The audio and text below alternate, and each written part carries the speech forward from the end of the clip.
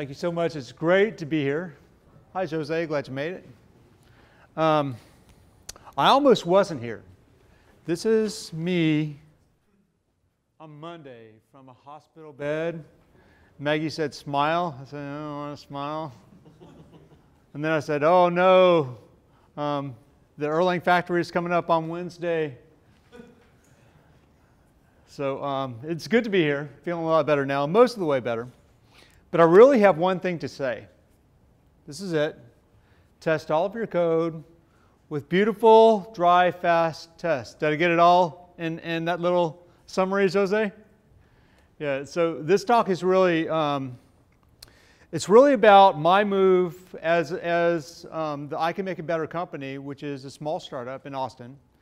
It's about our desire to write production Elixir code.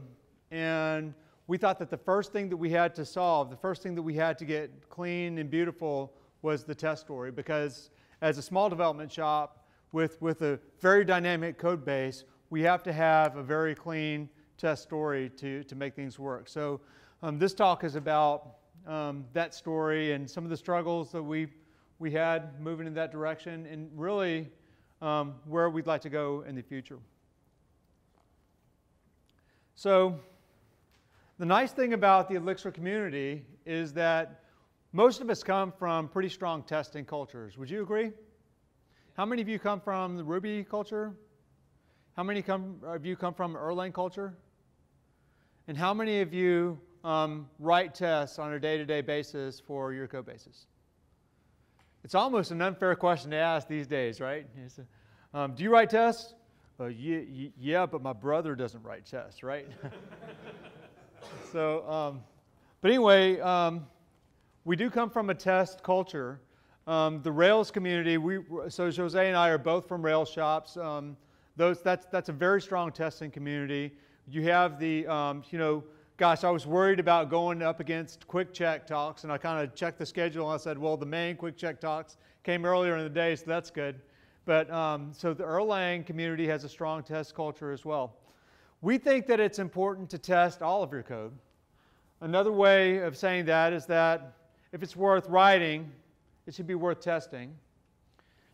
Say it another way, you don't want to let your customers test your code, right? So we use archive in the Ruby world. We use X-coveralls for Elixir. And we've liked that pretty well so far. This is what the setup looks like. So this is just the simple mix file. We add a couple of lines to walk users through the usage model if they're just running tests without coverage to say, okay, this is how you'll test with the coverage detail. And then you add your dependencies, and then we have the some environment details to add. And this is what the report looks like. And I want to make a point here that unless this stays pretty clean, this is a difficult report to read. And I think that that's universally true of all testing tools. So it's easy when these numbers start to grow a little bit to let them grow a little bit more and a little bit more. So we'd like to read this line as on or off. Are all of those lines zeros or are they not? And if they're not all zeros, then the boss wants to know why. Right? And the lines that I told you, if you're running coverage, we try not to make the user do too much more documentation, so we throw in a couple of extra lines to say, okay, this is how you get a detailed coverage report. And so if you find something that's not a zero, then you can run a detailed report, and the output looks like this. Green lines are covered, black lines are neutral, and red lines are not covered. Okay? So the first decision that we had to make was, what do you want to test with? And, well, with Elixir, we didn't have very much of a choice. We could either write some of our own stuff, write all of our own stuff, or use what we had out of the box, right? So, but within the context of this talk, what I want you to think about the testing philosophy. I don't want you just to think about primarily the toolbox, right? We want to talk about what's the right thing to do, and then at the end of the talk, we'll talk about where's the right place for Elixir to go, and where's the right place for other tools that, that can augment this behavior. So these are that said, this is the toolbox. We do use XUnit, and we want to build on XUnit. Our goal is to grow that as much as we can. We also built a couple of quick tools. One is called Should I, and that's based on, has anybody ever used Thoughtbot's Shoulda? And that tool primarily is useful to us in the area of pushing language, and language which drives intent. I think that's important, and we'll talk about why in a second. And we also have a data generation tool called Blacksmith. Has anybody ever used any data template tools, data generators? Yeah. So there's a couple out there for Erlang or Elixir. There's a Faker library, one that we actually used on the back end, and we wrapped some tools around that to make it cleaner and simpler so that data is a set it and forget it, much like the templates that you create in XUnit. But our goal is to push as much as we can into the original XUnit so that we can grow that tool, and they can take advantage of the same goodness that we get out of it. So about XUnit, there are some things that we really like about it. It's very fast, and I think that that's one of the foundational goals of XUnit. We also like that the assertions give you more information than a typical testing framework because, well, you have the AST sitting there, and you can tap the AST for more information. We also like the idea that you can create templates for whatever kind of thing that you're working on. You can create a testing template for an ecto model or for a controller or for any specific type of business logic that you're building, right? There are also some things that we don't like about XUnit, and I think that there are some of the things that many of you don't like about XUnit. It's not necessarily dry, and that leads to some chaotic tests, and the syntax and the language can get in the way, and we'll talk a little bit more about those things. But like I say, the way that Elixir has worked so far is that it's very much a community effort. It was great. How many of you got to see the talk last night with Jose and the Phoenix framework? So that was a fantastic talk, I think. And the interesting part of that story is that after there was some play with the Dynamo framework, we got together and we talked and we said, wait a minute, there's no way that one person can do a full web framework and a language at the same time. What we should be building, we're building a framework, and we should be building a Lego builder, right?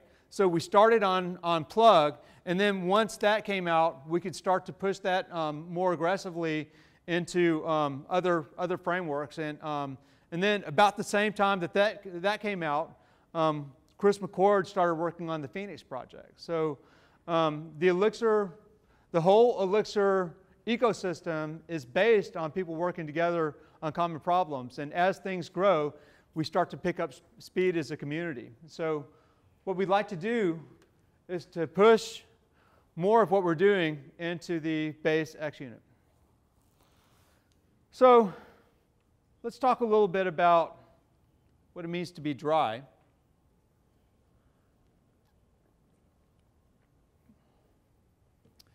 So in this particular test suite, this is an oversimplification, but maybe we have some universal setup, and then we have a get, and then we want a logged in get and a logged in post, right?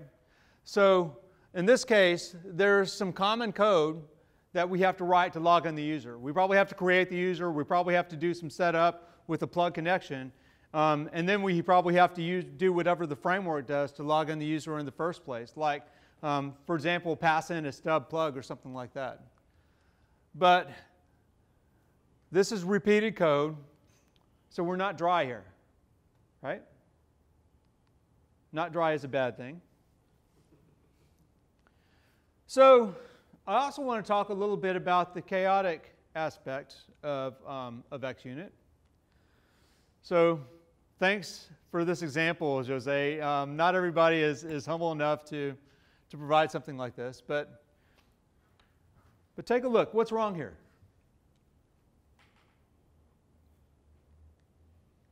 This is a real test that's in the Elixir project. It has expensive setup, so you're covering multiple asserts into the test, which is kind of a no-no. Yeah, that's exactly it. So basically, what are some of the rules of good software design that this violates?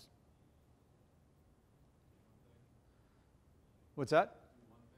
Do one thing, right? Single purpose, right? That's a huge one. And what's funny is that you can look at the bottom of this, and you can see that the author of the code is trying to do the right thing, right? Hey, these are the single purposes, and I want to isolate these things, but I can't really do it because my tooling isn't letting me, right? I want these to be individual tests, right?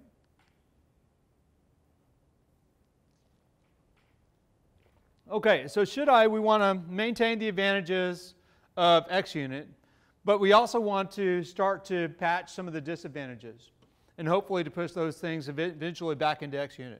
So we want it to be more dry, we want to be more beautiful rather than chaotic, and we really are going to be mindful of the language and help the language help us make better decisions along the way. And what should I does for the testing behaviors we want Blacksmith to do with data.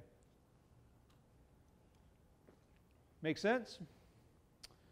Okay, so let's go back to our initial statement. Let's flesh out a little bit more. Beautiful. So why is beautiful important with tests?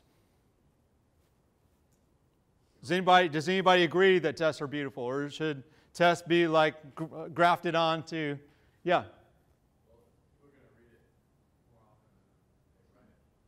Yeah. I mean, exactly. So there's a visual load that we're very careful to control with the rest of our code base, but we often don't take the same care to do the refactoring and control around the test cases, right? In fact, sometimes we make an effort not to be dry, and this adds to pretty significant maintenance overheads, right? So to say it another way, test cases are first-class citizens, right? And if you think about it, a lot of this is driven by the language. If you think about it, language shapes the way we think, and syntax shapes the way the language hangs together. Right? Here's an example. How many of you have seen test names like this? Test chat. Test get method.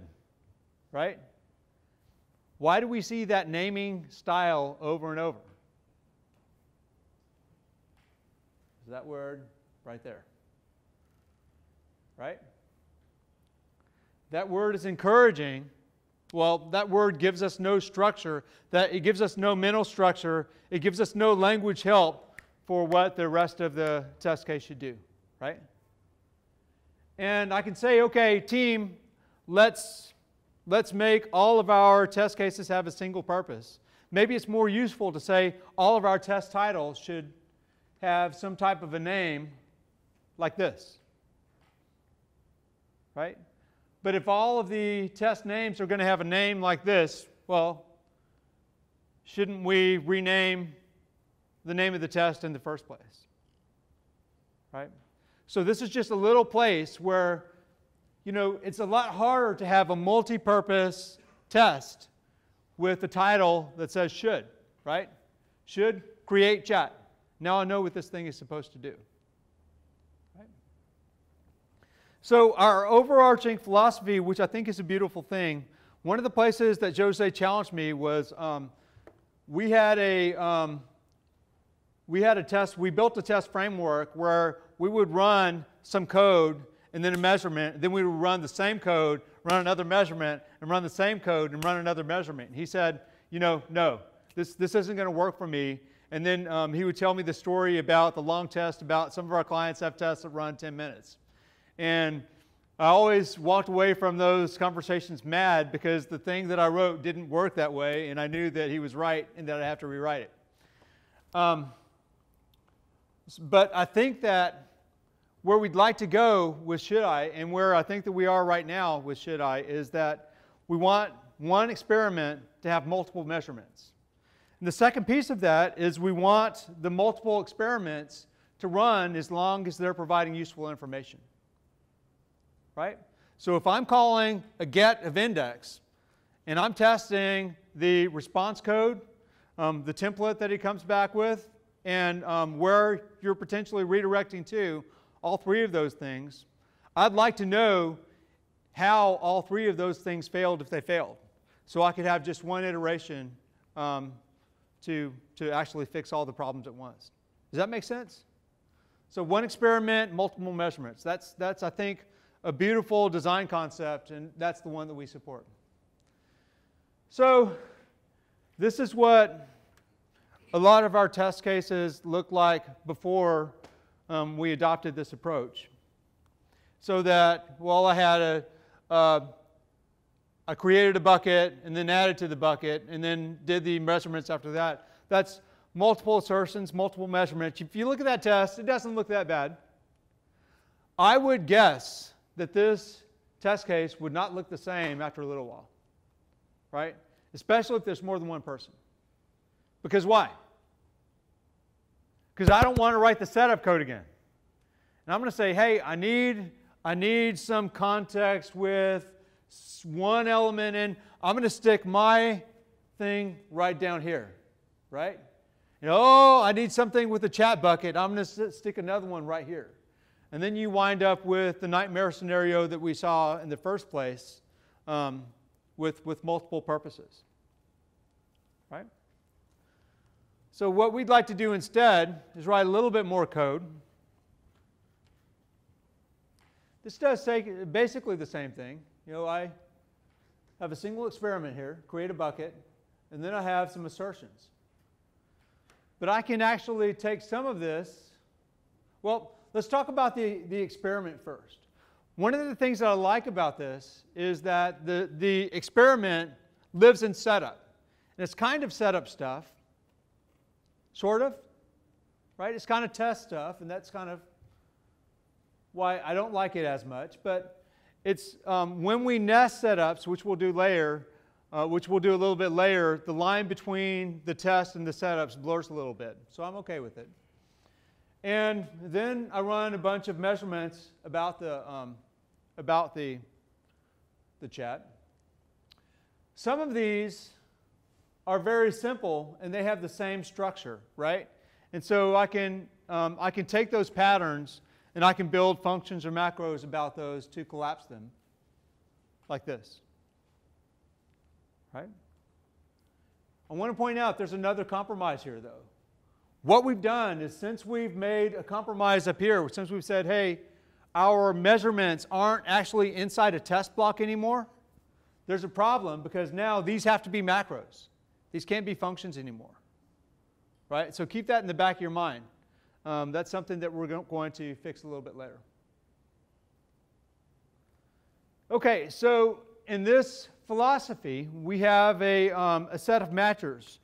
And matchers do a couple of things. First, they help me collapse our intention from something that's more complicated to something that's simpler.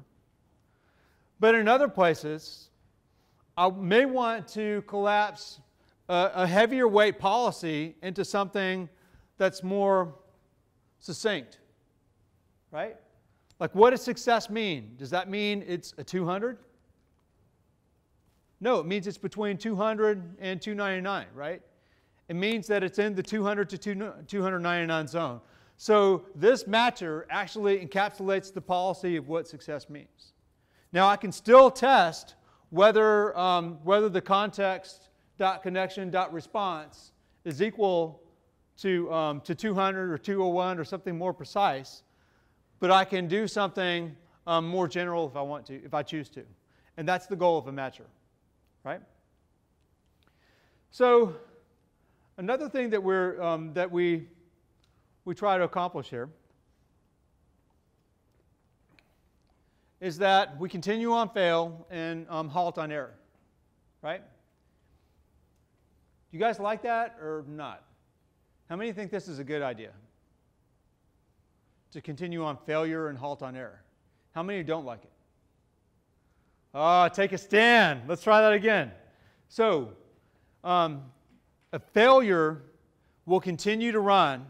An error will halt the test case execution. All right? How many like that we continue on failure? How many would rather it halted on failure? Okay.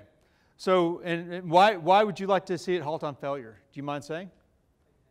Immediately figure out what failure is and try to fix it.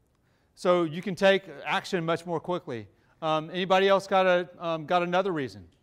I have a counterpoint why it could not fail right away is most of the testing I do right now in Ruby is on continuous integration, and I want to see all the failures so I can fix them all. I don't want to see the first one have to resubmit the job to see the next failure. That's a counterpoint. Does anybody think that we could land somewhere in between? What's that? Make it support either mode and run it. Yeah. Or maybe after 5 failures, I think that you're going to get more, so I'm going to stop now. Right? And so I think that, that Jose and I had a conversation earlier, maybe last night, this morning, yeah. Where you could specify a count. Maybe 5, it might be 5, might be 10, might be 1. Okay. So let's switch gears a little bit and let's talk about test data. How many of you would rather see test data created directly in Elixir? How many? So a couple of people. How many people would rather see test data created in fixtures? A hand or two. So you're still not taking a stand. I'll let you get away with it this time. Next question. Everybody takes a stand. Okay. So we think that where possible, you should create your test data with undecorated Elixir, right? But there are some places where that's going to fall apart, and that's what we're going to talk about here. So applications need test data. Elixir makes fine test data, right? If it works, if I can create my test data beautifully and concisely, I should do that, right? Sometimes when things get real, you need a little bit more help, or the test data will swallow the test case completely, right? And so these are the things that I'm talking about. Sometimes I have the same types of data formats, or the same types of data, but different formats. Sometimes I want persistent data or non-persistent data. Sometimes I want to create things in lists. Sometimes I have different defaults, but for different types of tests, and sometimes I might have way too many attributes to specify every single time through the test, right? And our solution here is a framework called Blacksmith, and it's based on a framework that I created and kind of kept private in Ruby because I didn't think the world needed another data framework. But these had a few opinions that Eric and I like, so we kind of fleshed it out. This is what it looks like. So the first thing that we do is we recreate a template. And a template is just registering what an individual entity might look like in Elixir. So there's a macro, and a macro is followed by just a set of name-value pairs and the name of the entity itself. Okay? But maybe some data might always be the same. And maybe I'm working with a database and I have concurrency issues, or I have concurrent tests running, so I want emails, any new email, always to be unique, right? And maybe I have an admin. So a regular user has a role of an empty list, and an admin has roles with admin inside, or something like that. Right? So in this case, my prototype is this user up here, right? So in the first API for register, I have 2 arguments. That's the name of the entity, and then the map, and then the key value list. And in the second one, I have 3 arguments: the name of the entity, the options, and then the attributes and the fields that I support. Yeah.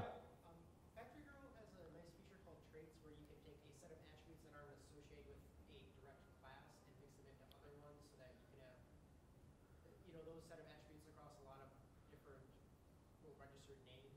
Do you support that? Yeah, I guess we could. That sounds like a reasonable thing to do. So we would do something like this, right?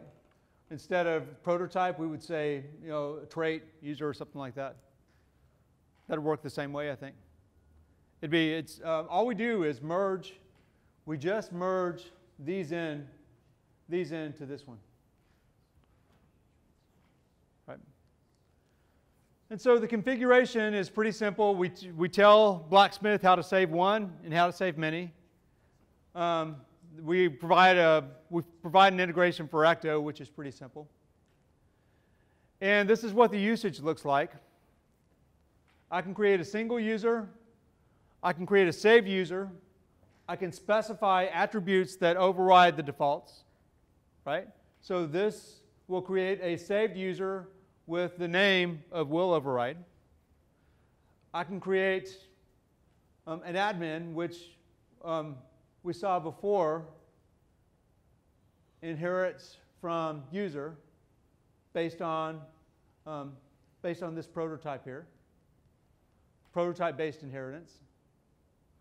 And I can create a list of users. So what's cool here is this allows me very quickly to separate the database from the test, right? Because I could say, hey, give me a saved admin list, and I can create my test like that and run it like that, and then I can separate out the repository and say, this is a simple repository that just has 5 elements in it, right? So I could have a saved or an unsaved list.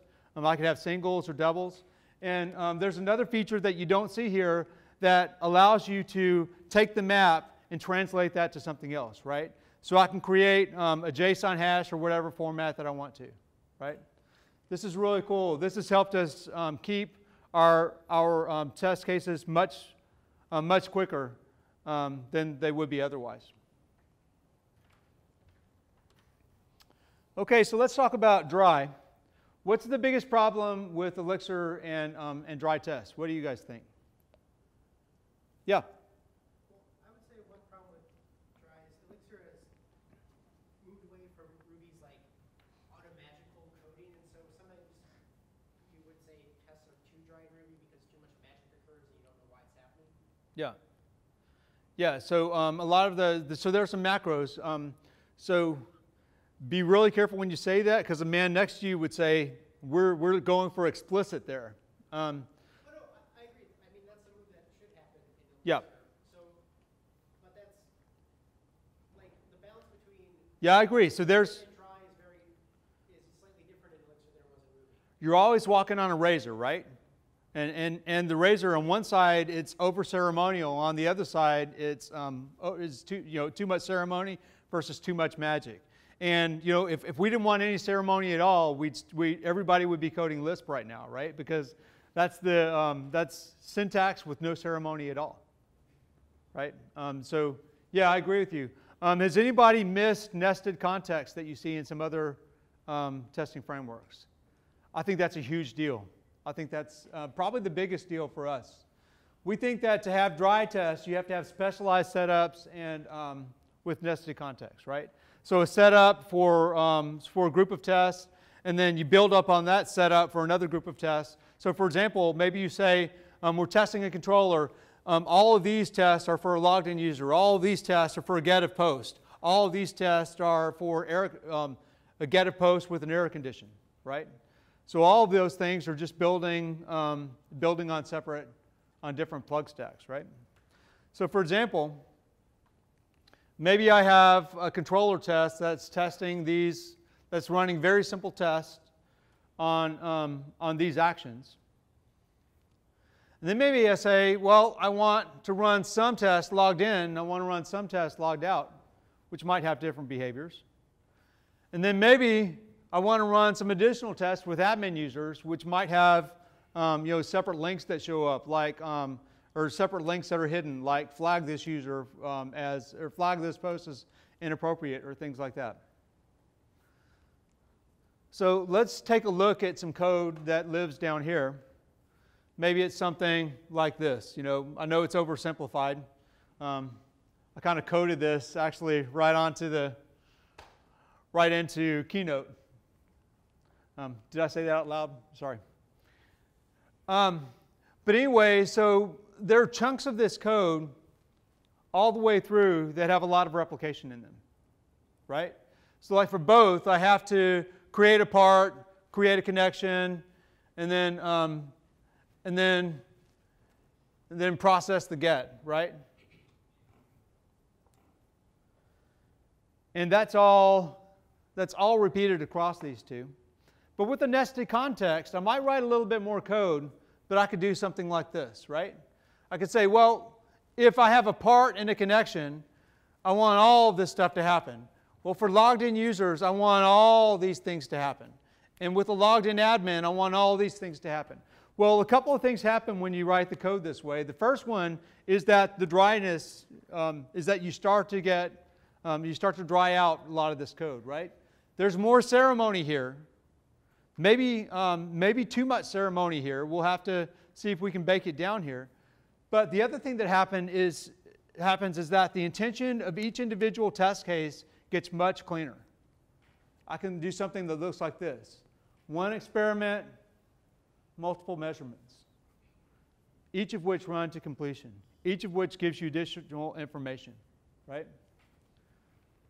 Get, response with success, renders a template for configure, right? Okay, so one of the things that we always struggled with in Ruby was fast tests.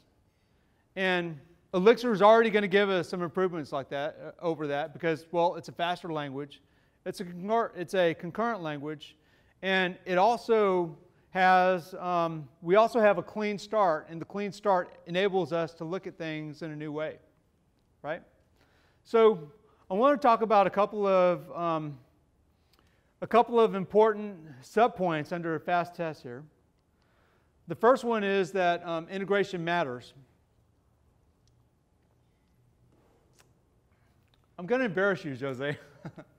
So we were actually bouncing some code back and forth over, what, Skype and email or something like that. Maybe both. Probably both. And so I got this example.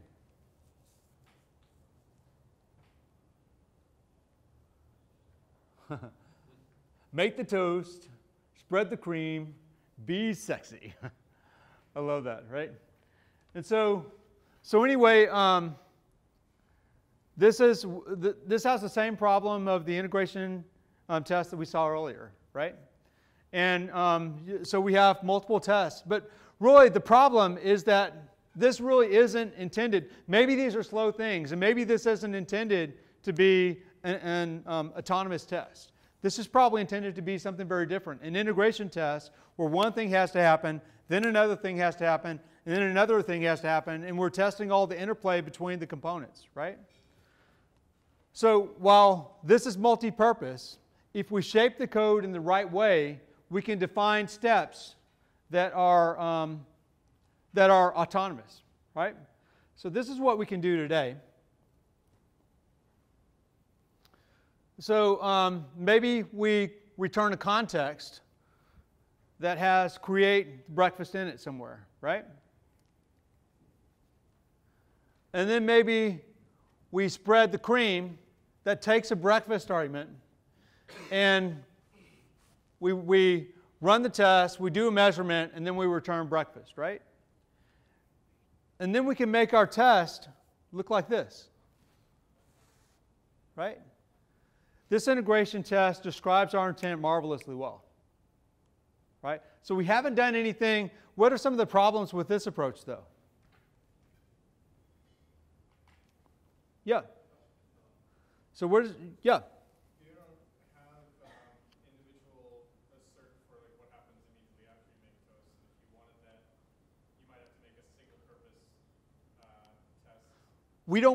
We don't get the information, all the information that we'd like to get out of this, right? Like we don't understand exactly where these things broke. We'd like to see better information. Excellent.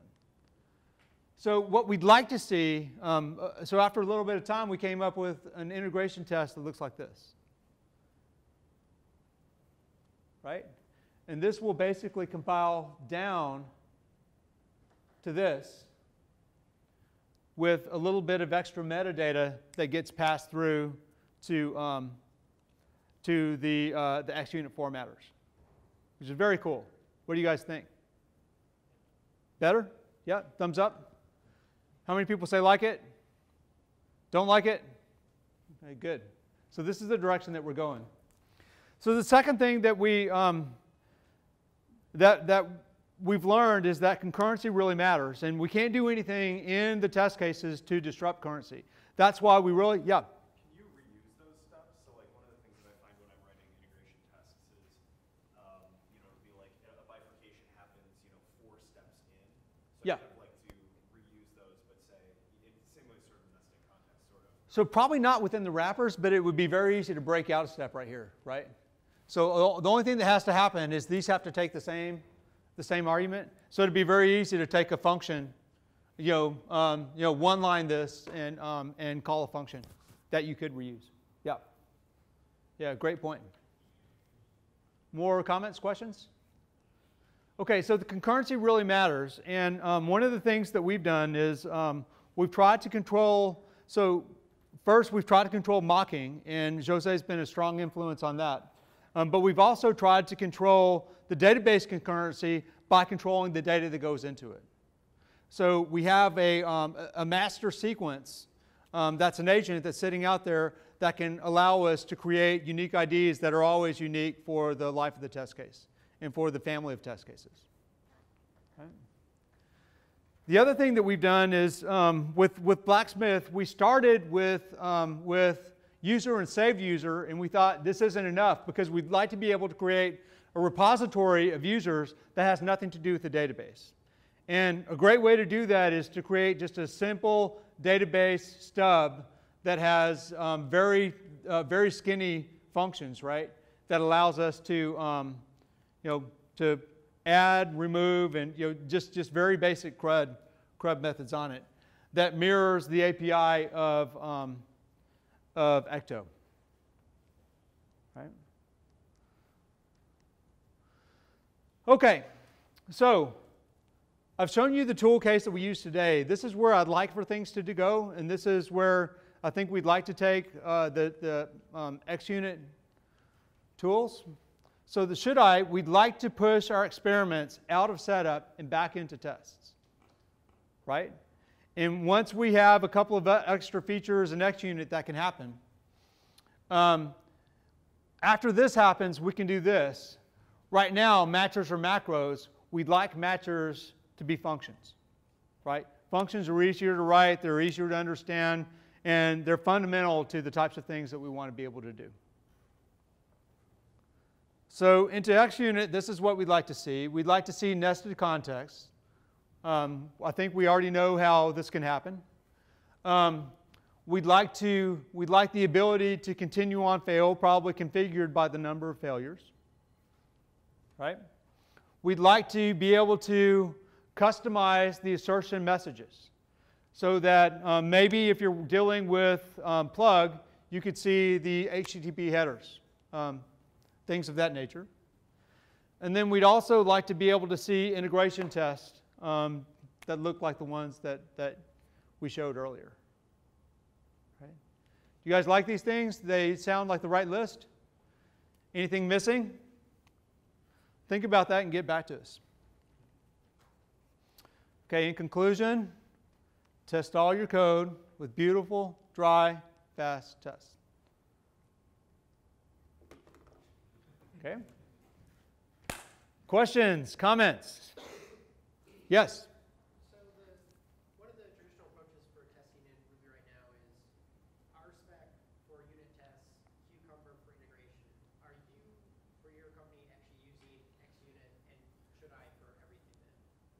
We're using XUnit and should I for just about everything. I've never been a Cucumber person. I'd love for somebody to step into that, some of the more behavioral type elements. But that's just not us. Yeah. One thing I find myself doing a lot is I create some processes to run the various services that I'm testing in my integration test, or like half integration tests, and then it's actually going over a network within it. So exactly what's called the seller between function and integration. Anyway, I continue to roll my own version of like spawning and managing and cleaning up those subprocesses and kind of all that stuff. Are you going to like? Are you going to have? Do you care about that kind of test case? And are you going to have any facilities to make that? So right now, I mean, we're kind of heavy-handed, where our cleanup is just kind of, stamp out all these processes, kill them through OTP. I mean actually system processes. Yeah, where I should want to test. System processes. Yeah, I want to actually test services running on a port. We haven't touched that at all. We don't play in that space at all. Jose. One of the things that just helps a little bit is that we don't have setup in here now. We just have setup. When we set up, you can just run when it exits. So at least I think it makes those setups a little bit easier because you kind of have everything you need to do. For example, if you're setting up a process and then you need to tear it down, right? You can just do everything in one place. And it helps a little bit, but there isn't any specific tooling for like managing processes and so on. Yeah, most of the work that we've done around multi-process is more to help us with race conditions in the test, so that we can do things like we can have matchers that have receive arguments, right? Like it should receive a message, and then match a message, and then compare that against the result. Those are system processes, though. Like Yeah. I totally get it. If it's an Elixir process, OTP specifies like when it receives one of three messages, which is normal, shutdown, or shutdown inside a tuple, you should finish you should shut down the process cleanly without logging. So if you're writing an Elixir test and you're spawning Elixir processes, each test runs in its own process, and when the test process dies, it dies with the shutdown reason, which forces everyone to shut down too cleanly. So you kind of get this automatic management if you're doing Elixir processes. So is there a test case that you can point him to in the Elixir code base that would help him? Yeah, definitely. Just ping me later. But those are for Elixir processes. System processes, you kind of on your own, like you need to do your own stuff. Well, you could have every system process managed by Elixir process and have its shutdown callback be, okay, I will kill off the OS level process too. Yeah, you kind of could, but so you would have to use ports to open those system processes. And in the ports, they have like weird conditions when shutting down the system process. So the system process would, for example, maybe have to listen on the standard input and see that the standard input is closed, so it's going to close too. It doesn't map cleanly. So ports are. So these sound like real battle scars, right? Yeah. So it sounds like you have some code that you can grab from the code base that he can point you at. Okay. There are more questions? Yeah. I have a comment, more of a comment. Yep. You said you want to try to push the action that the test takes out of setup and more into the test. Yes. Is this really just like a naming problem? For example, we keep coming back to Ruby, like our spec has the idea of the subject of the test, which is kind of lazily evaluated and then, So we have a bigger problem, right? So we're overloading setup and test, right? We're overloading setup for setup purposes and setup for the experiment purposes. And we're kind of blurring the line between the two more than it would normally be. And it took what, 4 or 5 conversations for you to talk me out of this bad idea, but you finally talked me out of it. One of the things that we went back and forth in our conversations is to remove the amount of, I would say, sugar as much as possible and keep Yes. the constraints clean. So, for example, if we go back to Blacksmith, we have like register user, and like we give the example of using traits, right, to bring like some functionality, and that's the concern I have because as you add more and then you need to relearn everything, right? So, Yeah. for example, if you take Blacksmith and make it about calling functions and about returning maps, Yeah. then I don't need to worry about traits, because if I have two maps, I know how to merge maps. I just need to call map merge, and then Yep. it's going to merge this information. And so I think we should be very careful with that, to not introduce our own terms, because when we go back and forth with this, right? Because you already have a programming language, and we Right. designed a programming language that it's supposed to already write beautiful code and to write composable code, and by adding our own abstractions, we can break that, right? Yep. We can no longer compose, now we need to come up with a whole schema of composition, and it's Right. not working. Yeah, and Blacksmith, I mean, we've trimmed that down to, I think, 3 macros. Just the macro to create the, I like having the saved user, the user list and stuff, just because it's code that's read so often. And I like having the register because that really defines the intent of I am building a template right now. But it's basically, it's basically delegating a function. And so that the template, yeah, but I agree with you very much there. Yep. Uh-huh. Oh, wait a minute, there's a question back here. Yeah, so as I understand it, the integration test, the steps, if I have step A, B, C, D, D depends on all 3, A, B, and C, right? If I have a second D, like A, B, C, 4, could I have it run A, B, C, and then 4 instead of D? I think that right now we plan, so probably the initial release we'll do it sequentially, and then we'll decide where to go from there, I think.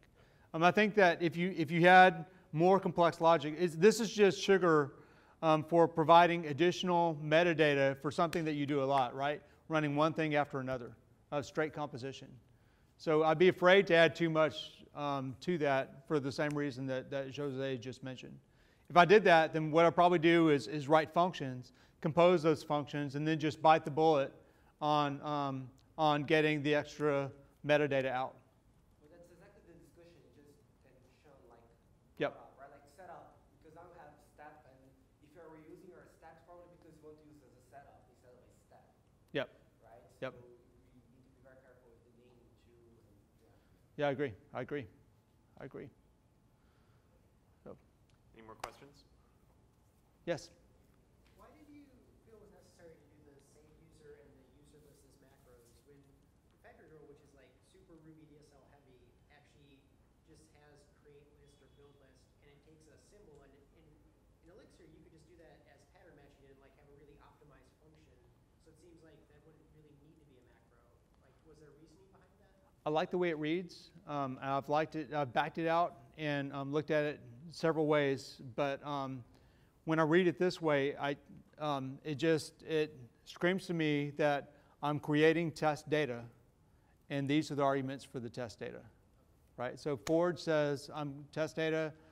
This is the type of test data that I'm creating, and then right after that are the arguments for creating it.